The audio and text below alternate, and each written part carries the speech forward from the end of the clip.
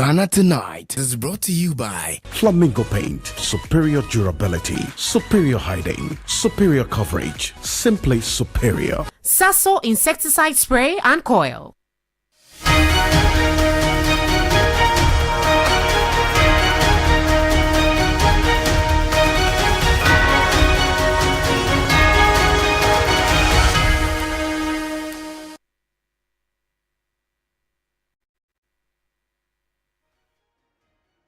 Hello there, it's Friday night. This is Ghana Tonight, and I'm Keminni Amanor. Let's get into our top stories.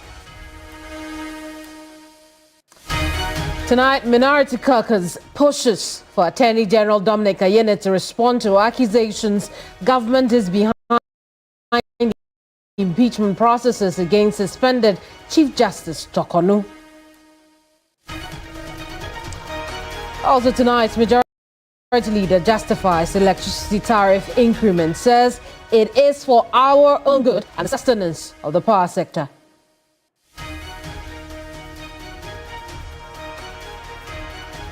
Plus, we'll also be in Cape Coast, where more than 20 people, including children, escaped death by the hair in another building collapse, raising serious safety questions about the tourist city.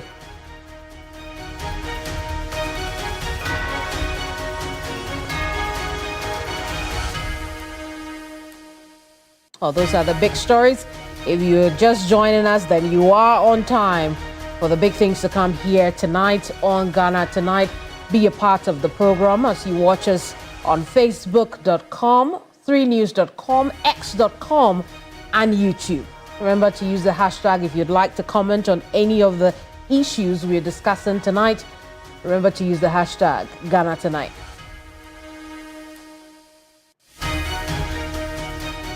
First things first, let's bring you Ghana Brief.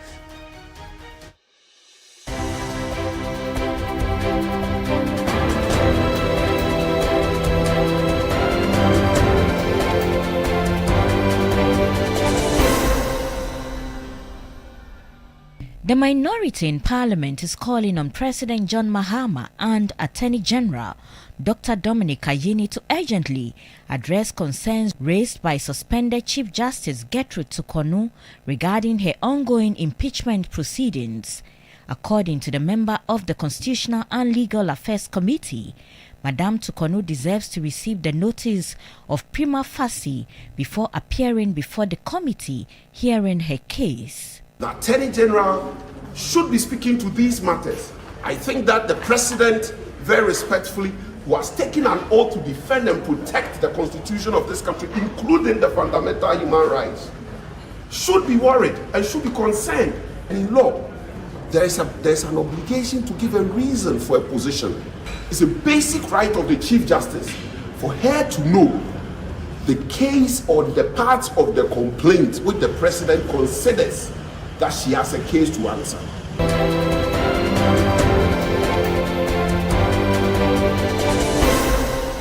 The Vice President, Professor Jane Nana Opoku-Agyeman, has charged female members of Parliament to encourage and mentor young ladies and girls in their respective constituencies to ensure they grow up to become responsible citizens. The Vice President was speaking when the female MPs paid a courtesy call on her at the seat of government. We are very proud of the numbers we have now. 40. It's not a joke. And you all know what it takes first to put yourself out, to sustain the momentum, and to get there. So you've done very well. We are very proud of you. And for me, the important point is, so now that we are here, what are we doing with the opportunity? It cannot just be for us. It can be unto us as how we use that opportunity to bring others up.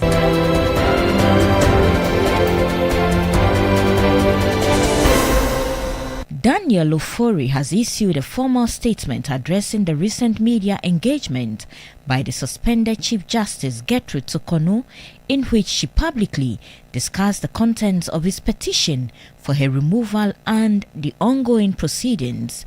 Ofori noted that the Chief Justice is acting in clear breach of the provisions of the 1992 Constitution of the Republic of Ghana, which required the inquiry to be in camera. Daniel Ufori says that, despite the alleged falsehoods in her statements, he respects the constitutional process and the committee overseeing the case.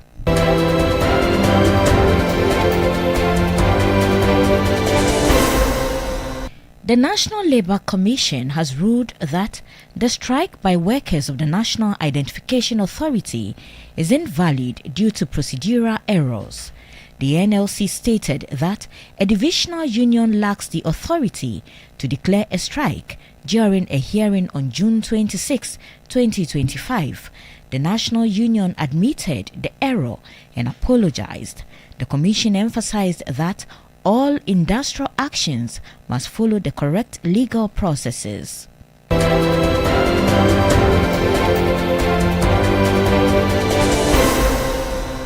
Government is set to roll out the human papilloma virus vaccination to prevent the cause of cervical cancer. Speaking at the Global Vaccine Alliance for Immunization Roundtable in Brussels, Health Minister Kwabena Mintah-Akando said the government is targeting to prevent not less than 80,000 cases of cervical cancer. We are projecting that we are going to prevent not less than 80,000 cases of cervical cancer, saving more than 45,000 of lives and saving tens of millions of dollars in our economy. So at this point, we believe that we don't only want to wait till vaccines reach us, we must begin to manufacture vaccines in our country.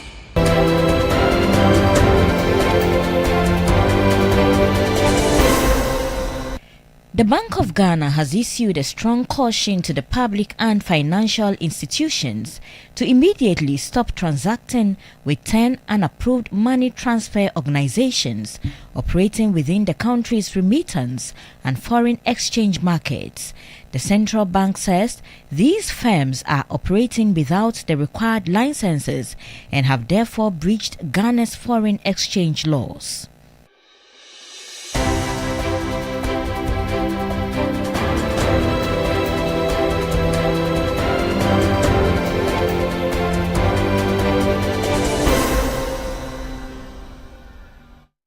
Ghana Brief there for you. Thank you so much once again for your company here on Ghana Tonight.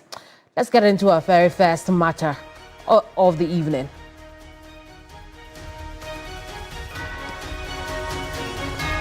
An MPP MP wants the Attorney General in Parliament to answer two accusations of constitutional breaches in the impeachment process against CJ Tokonu.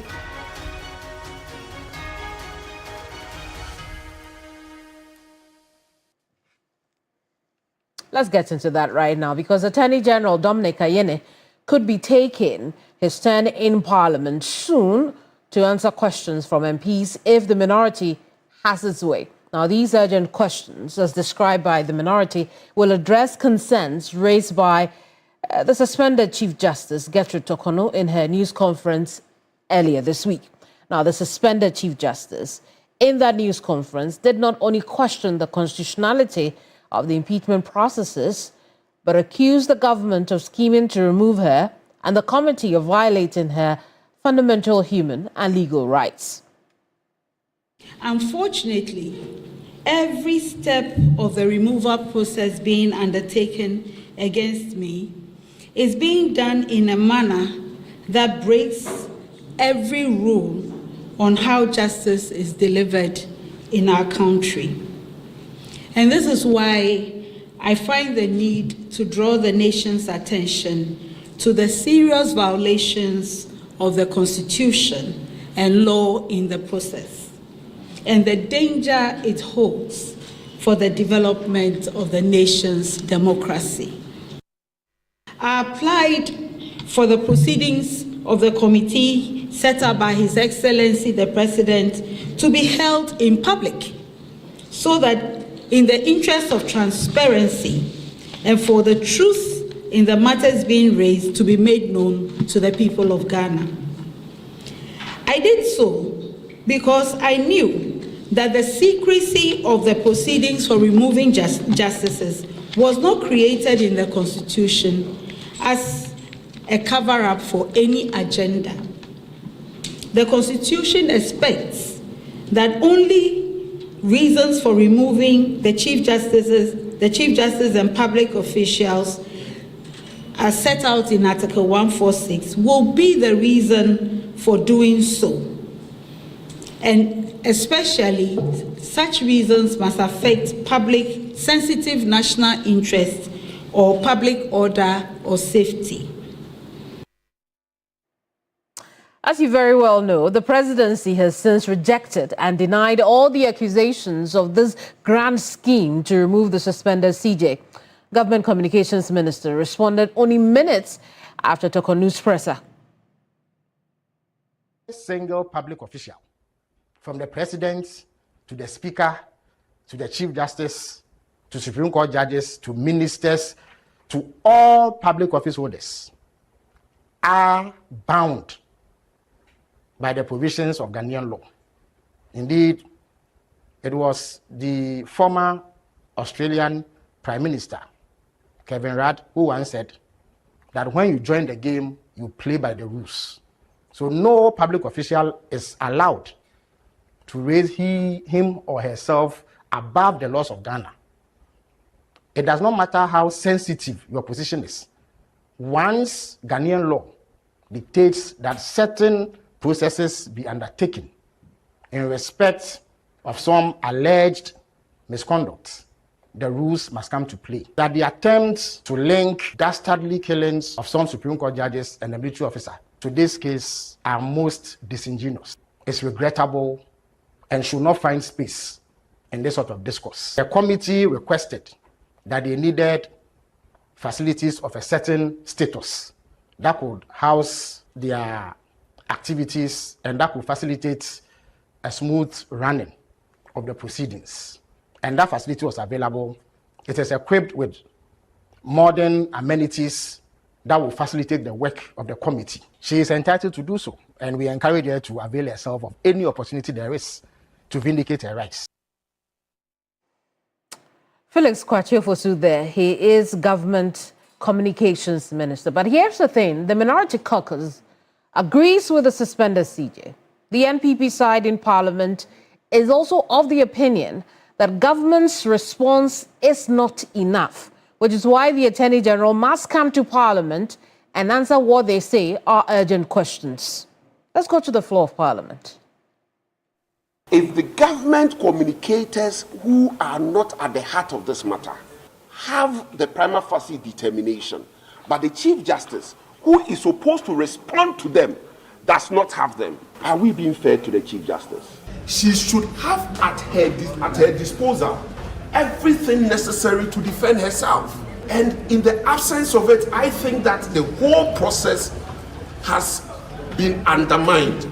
In the absence of it, the process lacks integrity. The Attorney General should be speaking to these matters. I think that the President, very respectfully, was taking an oath to defend and protect the Constitution of this country, including the fundamental human rights, should be worried and should be concerned. And in law, there's an obligation to give a reason for a position. It's a basic right of the Chief Justice for her to know the case or the parts of the complaint which the President considers that she has a case to answer. That is a basic principle of law. So then the question will be, what more is there to say? I'm going to bring in now Mustafa Gbandi. He's Deputy General Secretary of the NDC. He's also Deputy Director of Operations at the Presidency. Mustafa, good evening to you. You've heard the minority MP, the Menchia South MP there, talk about why the Attorney General should come to Parliament and answer questions. I'll first pick your initial thoughts on what you have heard so far. Well, thank you very much. I think that you would have heard what my minister in charge of government communication have said. But what is even more bizarre is that the position of minority is being echoed by a lawyer who himself ought to have known that what the Chief Justice sought to do is not only unacceptable, but it is also preposterous. Because when your rights, fundamental human rights, are alleged to have been infringed upon, as a Ghanaian, your remedies are before the law courts, which itself was headed by these current Chief Justice, the suspended Chief Justice. What it meant is that the Chief Justice is seeking to be herself a more better Ghanaian than all the other Ghanaians who have sought redress in the courts of Ghana. When they lose their cases, when they have their cases, they don't go to the media to speak in the media. They go to court. They win, they win. They lose, they lose.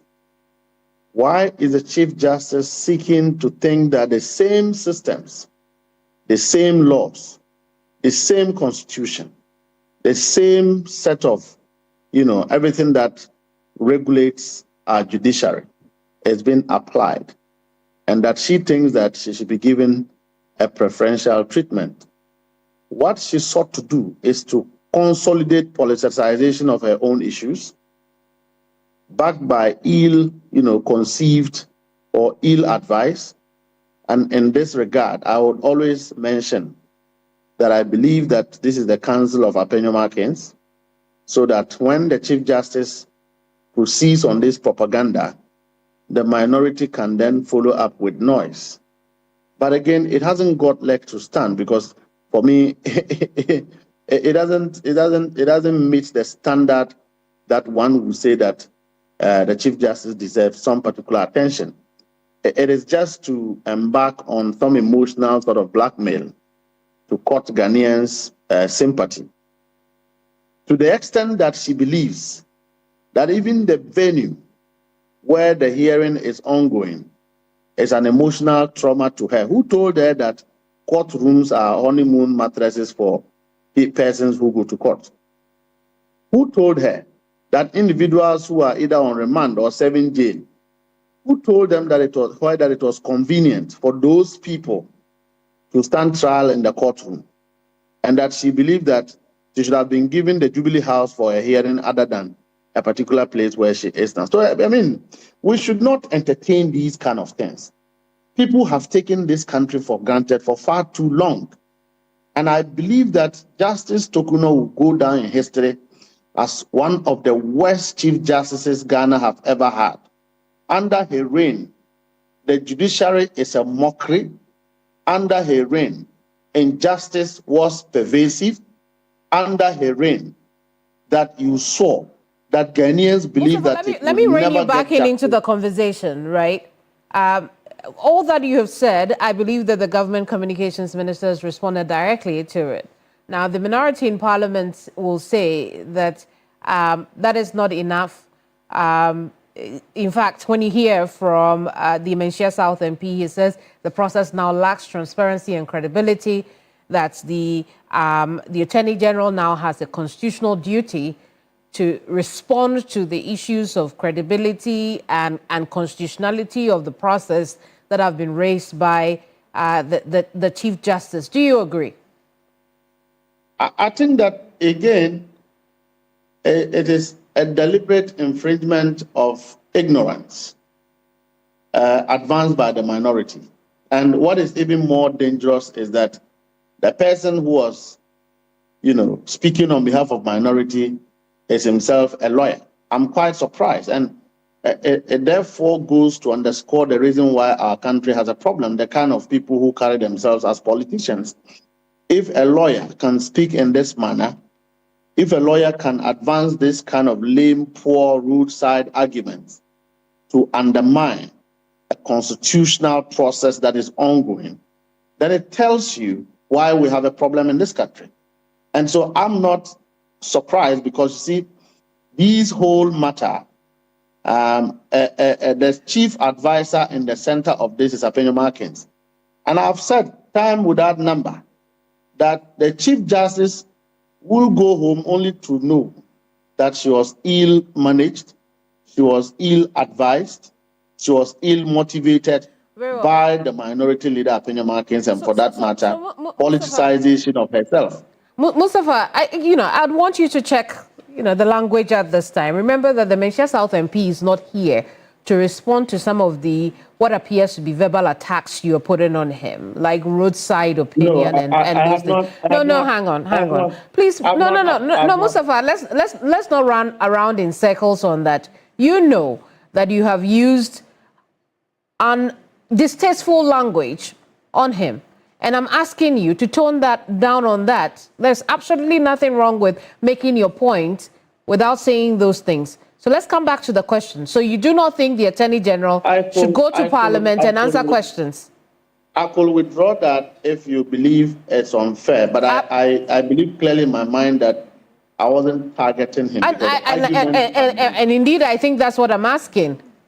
That you withdraw those things you said about the Menchia South MP. I can fairly withdraw that, but to maintain that his arguments are not of standard, they were very empty. They don't look as though arguments that has any legal, proofreading, because you cannot say that as a lawyer. For that matter, you cannot stick to, romance something that is, procedurally flawed, something that is not acceptable. You are politicizing a judicial matter. And at the same time, they don't want the public to comment about it. I remember the last time I commented on this matter. They said that I was the one politicizing same. Today, the Chief Justice herself is in the media talking to the issue. Is not in contempt of the process, backed by members of a minority led by a lawyer who himself is advancing this kind of arguments, and we should take it serious. And so these are people who are seeking to approbate and reprobate in this matter. They will go up and cry, come down and respond, in all trying to get government muddled in it. But you see, His Excellency John Dramani Mahama, as kind-hearted, as a good leader as he is, will decline their preposterous invitation. The processes, I believe, will continue. Ghanaians are interested in the processes. Even if the petitions that are ongoing today, there are no merits. What the Chief Justice did is judicial misconduct. It's an attack on the Constitution of the Republic of Ghana. It's an attack on the integrity of the judiciary. When she was doing her press conference, students of Ghana Law School didn't follow her, judges didn't follow her, but a parliamentary candidate of Adenta constituency of the MPP was the one seen in videos following her. And what's wrong with that? Well, your guess is good as mine. No, I don't have a guess. What is wrong with that, Mustafa? I'm just saying that the issue speaks for themselves. And I'm just saying that is she afraid to go back to her own colleagues where she was a Chief Justice? The remaining judges are her own colleagues. Is she afraid that they won't give her justice? If the Chief Justice is afraid of going to the judiciary for justice, what about the ordinary Ghanaian? What have the ordinary Ghanaian endured all of the period of her reign? Does that suggest that there was injustice? Does it not confirm the fear? Does it not confirm the complaint? Does it not also confirm what Ghanaians have always complained as far as the credibility, the integrity of the judiciary in dispensing justice is? Does it not confirm? If a Chief Justice is running from her own rules, who should be subjected to those rules? What has she got to hide? If you say the president will decline this, remember that the call is not only on the president. They have also made the call on the Attorney General. And I would ask again, this is perhaps the third time I'm asking this question, and hopefully you can give me a direct answer to it. President Mahama and the NDC has a nation to build. We are dealing with corruption issues, how President Akufo-Addo have run down this country, using again her Justice Tokuno as a pillar to escape accountability, and of course, trying to build a Ghana that will put food on the table of Ghanaians. One of such issues is not this one of a Chief Justice going into the public to be in contempt of a process she herself knew is not right. We shouldn't be crediting some of these things. If it was done by, those of us who are politicians in general, it is acceptable or it can be pardonable. A Chief Justice should not go this low. A Chief Justice should not proceed on this path. I'm sorry, it's very unfortunate. It is not good for even students of law that there was a Chief Justice who the law is testing, and then she runs away from the process, go to the media. But unfortunately, the committee sitting on the matter is not willing to undermine the processes by offending the provisions of the Constitution that says that the hearing should be in camera.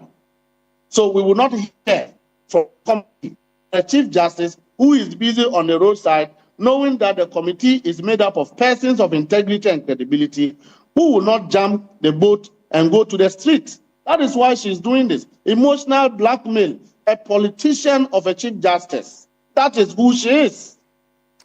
I mean, you can say that, but again, not a fair comment to make to her. She explained her reasons for doing that. You may not agree with her. Her only reason is that she will lose her entitlement. So all these things is about money. The fear of losing an entitlement of a Chief Justice who is misconducting herself, and that the nation should run to her sympathy, that her motive of all these press conferences that are in contempt of a judicial process is about her fear of losing money, losing entitlement. Well, you see, that's just one part of it. And if you're watching our screen, you see we have put, 4 reasons for why she needed this. And the issue about the ESB is only one of them. There is the removal process being historic with high stakes, far-reaching implications for the process, and alleged constitutional violations and illegality of proceedings. All of these matters are matters that finds fidelity in court. They are addressable in court. Nobody have called for her resignation. It is her own imagination. Number 2, the alleged constitutional violation is not addressable in Justice Tokuno's mouth. It's addressable in court. It's a constitutional matter, far-reaching implications. For every judgment and for the end of every matter, there's an implication. People learn out of it, students of law learn out of it. The implication is that a very bad Chief Justice would be removed out of her own misconduct or out of her own conduct.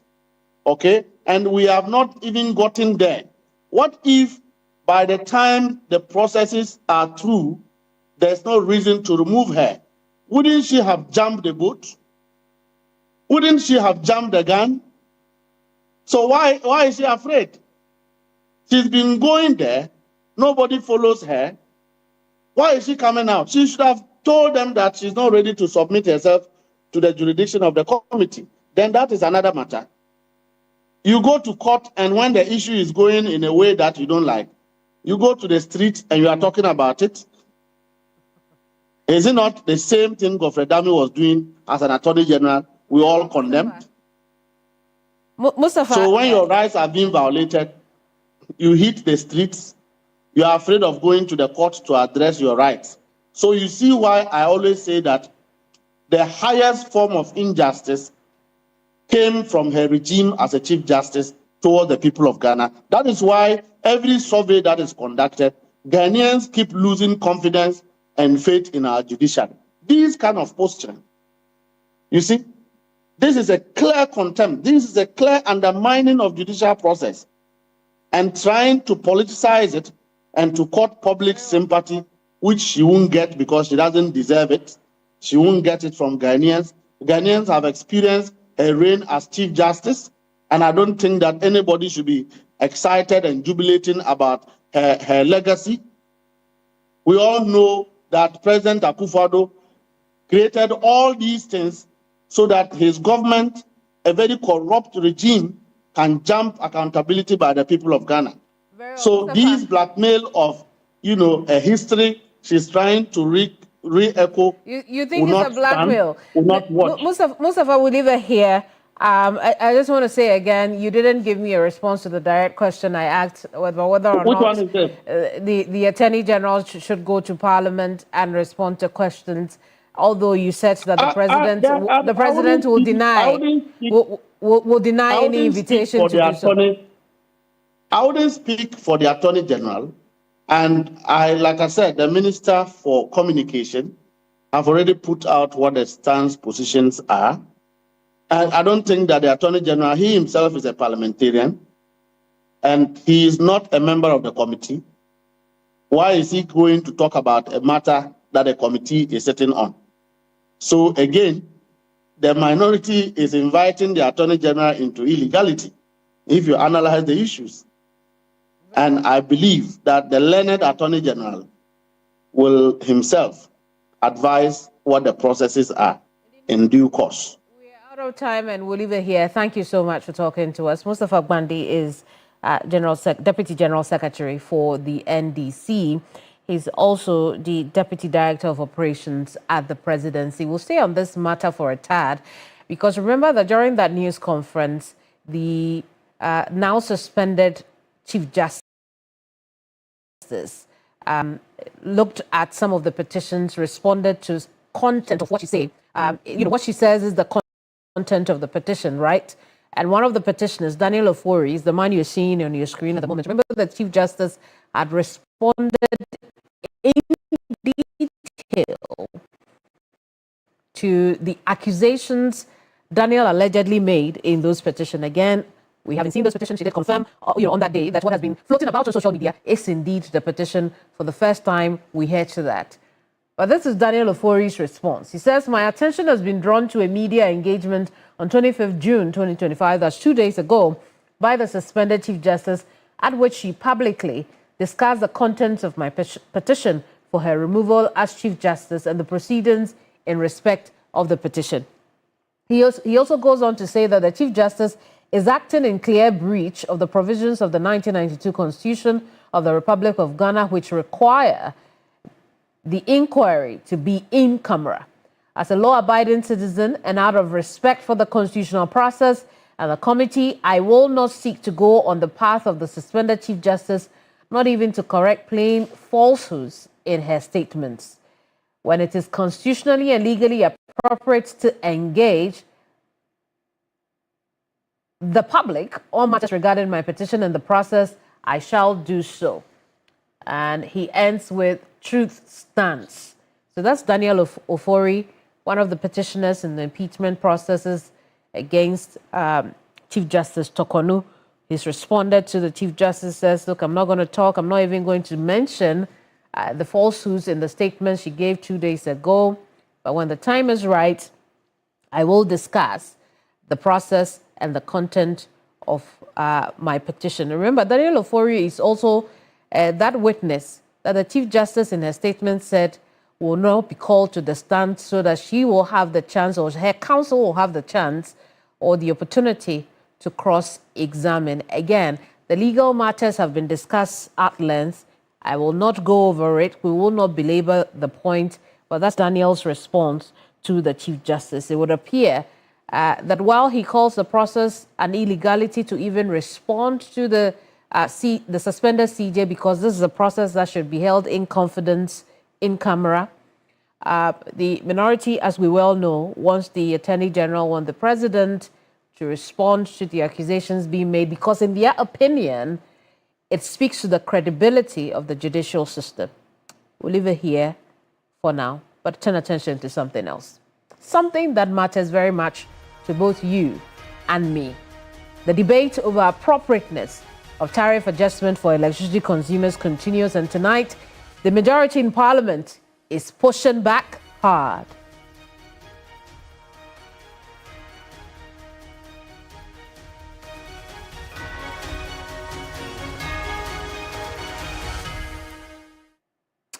Tonight, the majority leader bounces back with a response after the opposite side in Parliament challenged government's efforts to increase the cost of electricity by about 2.4%.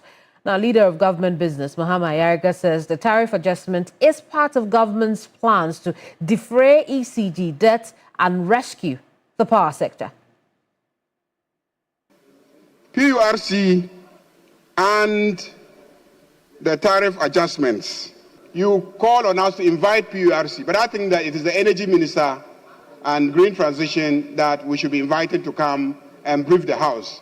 So we'll make arrangements for the minister to come, and when he comes, don't complain about politicization of the energy sector. Because you all know that the whole of last year, and I think sometime before that, there was an effort to prevent the PURC from adjusting the tariffs. So that whole period, there was no adjustment. But you know very well that bills were accruing. Payments have to be made. ECG is accumulating huge debts, and it has to be paid for. And who is supposed to pay? Is it not the consumer? And if you are not adjusting the tariffs to enable ECG to pay, ECG is going to collapse. They are no longer going to be able to buy the inputs needed to keep the generators on. And we are going to have lights off. The bills have to be paid. So if PURC is doing its work, I don't think that there's a basis for saying that because we have improved the economy, exchange rate is stable, dollar rate is stable, inflation is relatively stable. If all these indicators are stable, it doesn't mean that the debt that has been accrued at ECG will just be wished away. But minority plans remain steadfast. During a presser earlier, the group pointed to the same stable key economic indicators, gas prices, exchange rates, and even inflation as reasons an upward adjustment is not necessary. The caucus plans to summon management of the Public Utilities Regulatory Commission to justify the new electricity tariff, which will take effect in 3 days. Gas price has not gone up. Exchange rate is going down. These are some of the factors. Exchange rate, the highest for this year was, I think, $15.527. Okay, that was the highest in this year. The lowest was 10.20. Currently, exchange rate is 10.30. So why increasing? And inflation rate. Okay, these are the three factors. The inflation as at March was 22.4%. April was 21.2%. May, 18.4%. And then June, the research says is going to be around 16%. So all the three factors, it has to be an increase because all the factors are going down. So we urge PURC to come up and explain to Ghanaians. And I'm going to also inform my chairman, that's the committee chairman, to summon PURC to come to the committee and come and explain to us. We can't accept this, that all of a sudden you just say you are increasing electricity tariffs to 2.45%. All right, so let's discuss what's going into this new adjustment because I've got you covered. The space regulator, the PURC, in their own statement, identified what these indicators are, what is going into the new tariff that we will be paying in 3 days on the 1st of July. They've talked about why the indicators are low, yet here we are going to pay 2.45% more for our use of electricity in this country. But the PURC has attempted to explain what is going into this. Now, they say, of course, informing us that consumers of electricity and water, that the existing electricity and water tariff have been reviewed to take effect from July 1st, 2025. Now, let's talk about that mechanism. Now, let's go back and look at from mechanism, right? They say this mechanism tracks and incorporates movement in key factors which are beyond the control of the utility service providers. Now, these are the ECG, the Ghana Water Company, and the likes, right?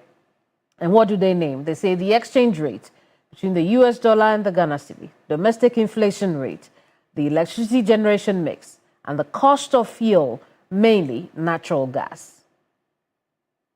Let's see more.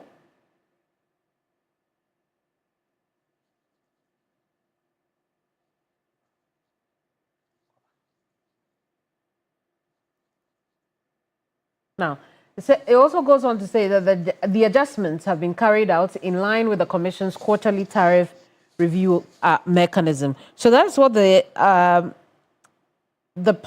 utility space regulator is saying is going into the determination of the 2025 third quarter tariff review decision, that we will be paying some 2.45% more in water. I was hoping there was going to be a little bit more on this. Perhaps in the course of my conversation, I will bring more on that. Just a little bit more details on what they say is going into this. Because, for instance, on the subject of the Ghana cedi US dollar exchange rate, they look at a weighted average Ghana cedi US dollar 10.3052 cedis as the exchange rate being used to compute the tariffs, inflation. The Commission used an average projected inflation rate of 20.67% for the third quarter of 2025. We're seeing the same trend with natural gas. On the subject of energy mix, they talk about the projected hydrothermal generation mix from the quarter under review remain the same at 28.8% for hydro, 71.2% for thermal generation, which means that we're going to be buying a lot of fuel if you look at it. If you're spending if you're getting 71.2% of our generation mix from thermal. Outstanding revenues, the inclusion of an outstanding debt of 488 million cedis. Now remember, this is what the advocates or the supporters of the increment are using, that we need to defray this debt, make the sector stronger, be able to buy our fuel. They said some 488 million carried over from the previous 3 quarters are outstanding, right? Reserve capacity, they say the inclusion of reserve capacity for grid stability and reliability. And the cost of fuel, the inclusion of 27% of the cost of alternative fuels such as distillate fuel oil, heavy fuel oil, and light crude oil. So those are the things, the considerations that they have made. Just a breakdown of that into determining this 2.45% increment. But let's bring in now Benjamin Insia from the Center for Environmental Management and Sustainable Energy, CEMSI. Benjamin, you think that this is coming at a very bad time, but I've just read out the statement from the PURC on why they had to do this. Does it make sense now? Thank you very much. I think CEMSI's position when it comes to the power sector is that we always want to promote energy security and also sustainable energy. However, this must be done in a very transparent, very accountable, and also based on regulatory principles. We think that this particular tariff adjustment has nothing to do with regulatory principles, rather some government personnel wanting some huge sums of money from the power sector, and for that matter, they needed to introduce some price build-up or new policy price build-up on the tariff structure to increase end user tariff for the third quarter of 2025. And these are our reasons. First of all, the PURC agrees that cedi has appreciated more than 30%. And cedi or exchange rate is a major factor in determining end user tariffs locally. So there are certain times even the cedi depreciates, yet and that causes a lot of increment of this particular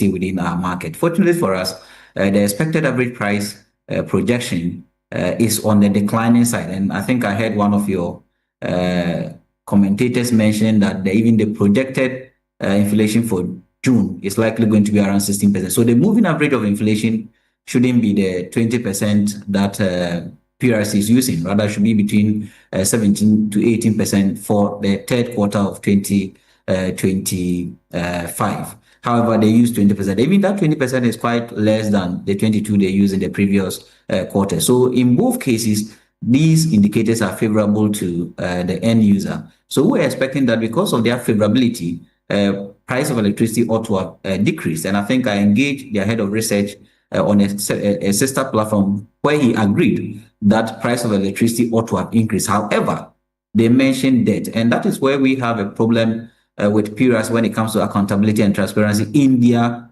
dealings. The debt issue is that they mentioned that there's a debt in the third and fourth quarter of 2024, which the end user must pay, and the end user paid half of it in the first quarter and second quarter of 2025, and the half will be paid in the third quarter. However, they forgot that within the first and second quarter adjustments, the discos, that is NETCO and then ECG, made a lot of windfall, a lot of gains. And I'll give you the example.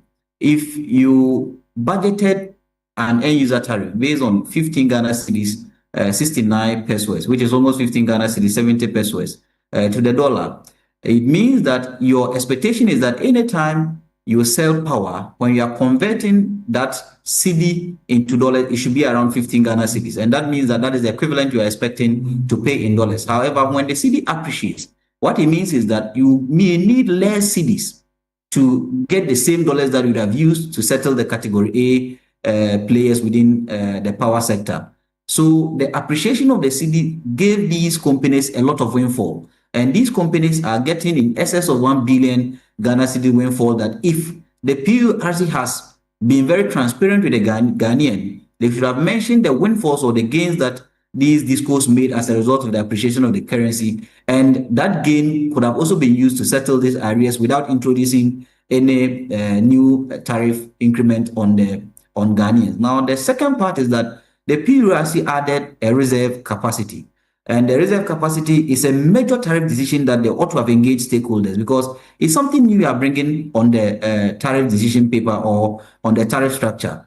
Every year, every 3 years or 4 years, the last time we had a major tariff review was in 2022, August precisely in 2022. And the August 2022 tariff review indicated what we needed for our tariff review in each quarter.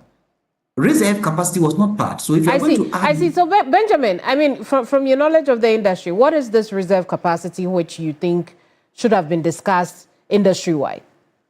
Yes, so reserve capacity is the allowable reserve that we need to have so that if a plant goes off, we bring it on board, right? And it is 18%. But sometimes even goes as low as 12%. This year we've had several months that we have 12% of reserve capacity, and there are certain times we have about 22%. And it should be there so that if any of the plants knocks off, we bring them on board so that we don't generate any doomsday or any power generation crisis in Ghana. So it is expected to be part of the build-up, but its expectation must be in consultation with stakeholders so that stakeholders agree that yes, it's 18% or it's 12% or it's 22%, and that what is the cost of it so that we know how to infuse that in the tariff structure. That was not done. The second part is that they also mentioned 27% of fuel cost. Now, if you take the 2022 review, major review, there are two nominated fuel products for fuel recovery charge for the IPPs and also VRA. These are heavy fuel oil and also natural gas. And anytime I tell people that natural gas has always been factored in the tariff structure, it is there even today. It is $7.71 or 74 cents, depending on how you look at it, per British thermal unit. So it's factored there, and we've been paying for it.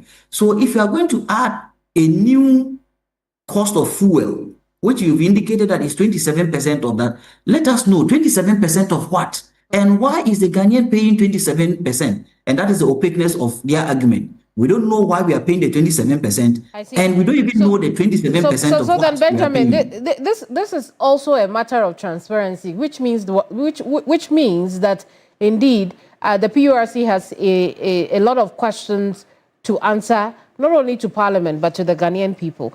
But I did want to touch briefly on, before we end our conversation, on the justification of the increase for our debt payment. Remember, they have said that it's not just the 2.45% increment is not the only plan to pay off the debts, but it's a component of the larger plan to pay off these debts and sustain the industry. You talked about the windfall made by some of the service providers in the power sector chain. But this windfall that they made does not come to the coffers of government alone, does it?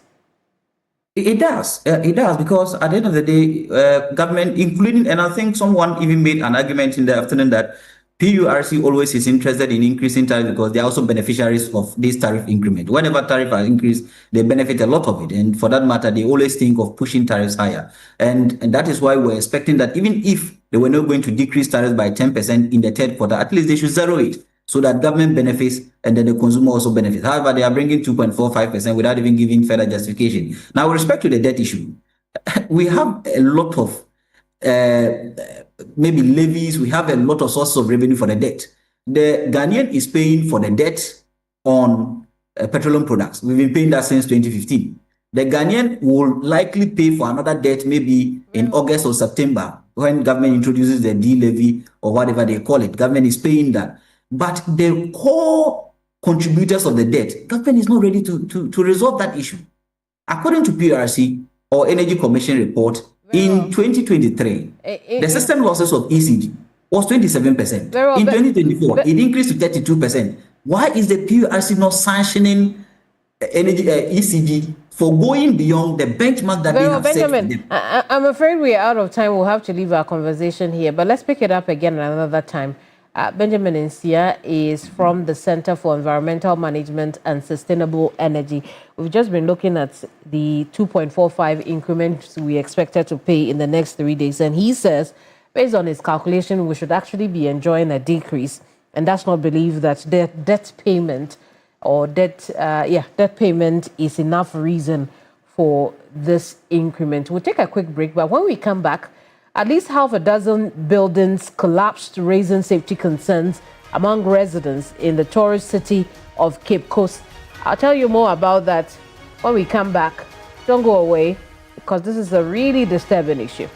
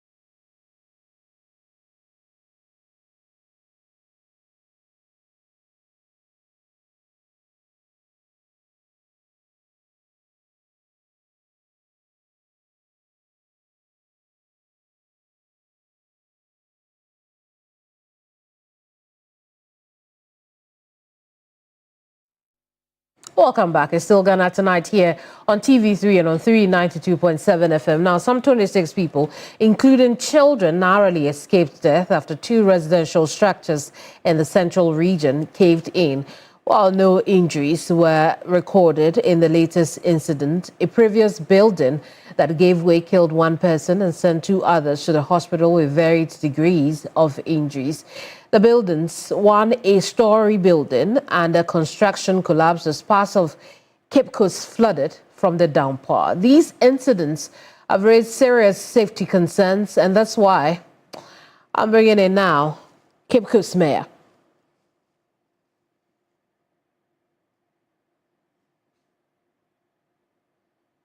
Well, George Arthur is joining us from Cape Coast, where he is mayor. George, good evening to you, and thank you so much for staying up this late for us. But how many buildings have now caved in your city? Good evening, and thank you. It's a pleasure having me. Yeah, so far we have about 5 buildings. 5 buildings so far. So we have demolished about additional 5, so making 10 for now. I see. Why are you demolishing these buildings? Yeah, because it has never been in a good state. It has been in a dangerous and dilapidated state. So we couldn't hold it at all to ensure it also caused further collapse and further injury on people. Otherwise, it would have caused havoc on the good people of Cape Coast or those who are staying in the building. So we have decided to demolish those buildings. I see, George. How many other buildings are likely to go down because you have identified them to be unsafe? So far, we have actually earmarked about 3 buildings that we want to demolish. So they are all in a very dangerous state. So we can't wait. We have asked the family to vacate the place. And we have given them up to Monday to vacate the place, so we will be able to demolish it. I see. When these families vacate their what they know to be their homes, what do you do to help them? Where do they go?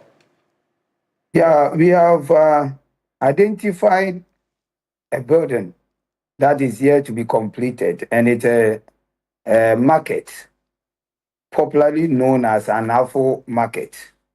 And we are still building, the structure is ongoing. We are building the structure, but we've not completed. So we have identified that place. And today we reached the consensus. If I say we reached, I'm talking about the regional minister, Osabrema Kwisata, and myself, that we should house these people for the meantime, for the next 3 months, so that we reintegrate them into the society or the system again. I see. And when you say you reintegrate them, what does that mean? Yeah, for instance, some of them came to me because the MP for Cape Coast South, Honorable George Kweko Reketegans, came to his constituency on Monday, wanted to support. So he left an amount of 100,000 Ghana cedis with me, and some relief items cost 100,000 Ghana cedi. So, for instance, some of them came to me that they have gotten a place that they need to go and pay the rent. So I have to give them some money, and I did so. So to reintegrate them means some of them are still searching for a place to stay. So once they get a place and they are supposed to pay something, I believe that we will support them halfway to get a place to stay. While these buildings, cause a scene and collapse and in some cases injure people, it's raised a lot of public safety concerns considering that Cape Coast is a tourist city. What are you doing to assure people that it's safe to come to Cape Coast, it's safe to be in any building at all in Cape Coast? Yeah, in fact, we are embarking on two major exercises. One of it is restoration. I mean, identifying these burdens that are not highly in dilapidated state, making sure that we restore this burden. But with this, we collaborate with some key stakeholders and some key agencies, such as UNESCO and the two members of parliament, Honorable George Kweko Reketegen, Dr. Kwamina Mintanyako, Osabre Marco and others, regional minister as well, so that we look for some key agency or agents. I see. To ensure that we embark on restoration. I see, George. One other thing you'd have to deal with, George, is the floods that hit Cape Coast, one of which exposed itself yesterday. As mayor of the city, what have you identified to be the problem and how would you deal with it? Honestly, it's some of them are being caused by some negligence of some citizenry within the metropolis, because they are claiming that the previous administration gave them permits to build on a waterway. I mean, they are blocking where water is supposed to pass. And that one, I have decided that we are going to revoke all these permits and ensuring going forward that we become actually careful in issuing permits to people. And the technical men would also do due diligence so that they don't give permit anyhow. Amen. We are also going to demolish some other buildings that are built on our waterway. And also, those two gutters will be the certain. I see. Well, George, yes. I'm afraid I'm completely out of time, and so we'll end our conversation. Thank you so much. George Arthur is mayor of Cape Coast. We've just been discussing public safety in the city on the back of some building collapse. He tells us 5 now at this time. The very latest happened only last night, where in total about 26 people escaped death narrowly when 2 buildings came down thanks to the downpour that flooded the city yesterday. There's an exercise to ensure that unsafe buildings, dangerous buildings are demolished and brought to the ground, gutters desilted, buildings in waterways be completely demolished so that waters can freely flow in the city and ensure the city is dry during rains. But that's how we end today's broadcast. I do appreciate your company with us here all the time, every Friday night here on Ghana Tonight. We'll see you same time tomorrow. But as I always do, remember that tomorrow, 7 a.m., Alfred Okanse will be here with his panelists as they discuss the week's biggest issues. And yes, you're right, the CJ's news conference will be front and center tomorrow. The OSP's issues will also be there as well. You want to make time to watch that. But I will see you on Sunday with another edition of Hot Issues at 2 p.m. when we bring you my interview with the MD for PBC Limited. You won't believe some of the things that are taking place in the produce buying company that now has lost a complete market share of the cocoa bean cash crop markets in the country. You want to stay on for that Sunday, 2 p.m. Hot Issues. But I'll go now because my producers are in my ear and it's time for me to go. Have a wonderful weekend. Bye-bye. Ghana Tonight is brought to you by Flamingo Paint, superior durability, superior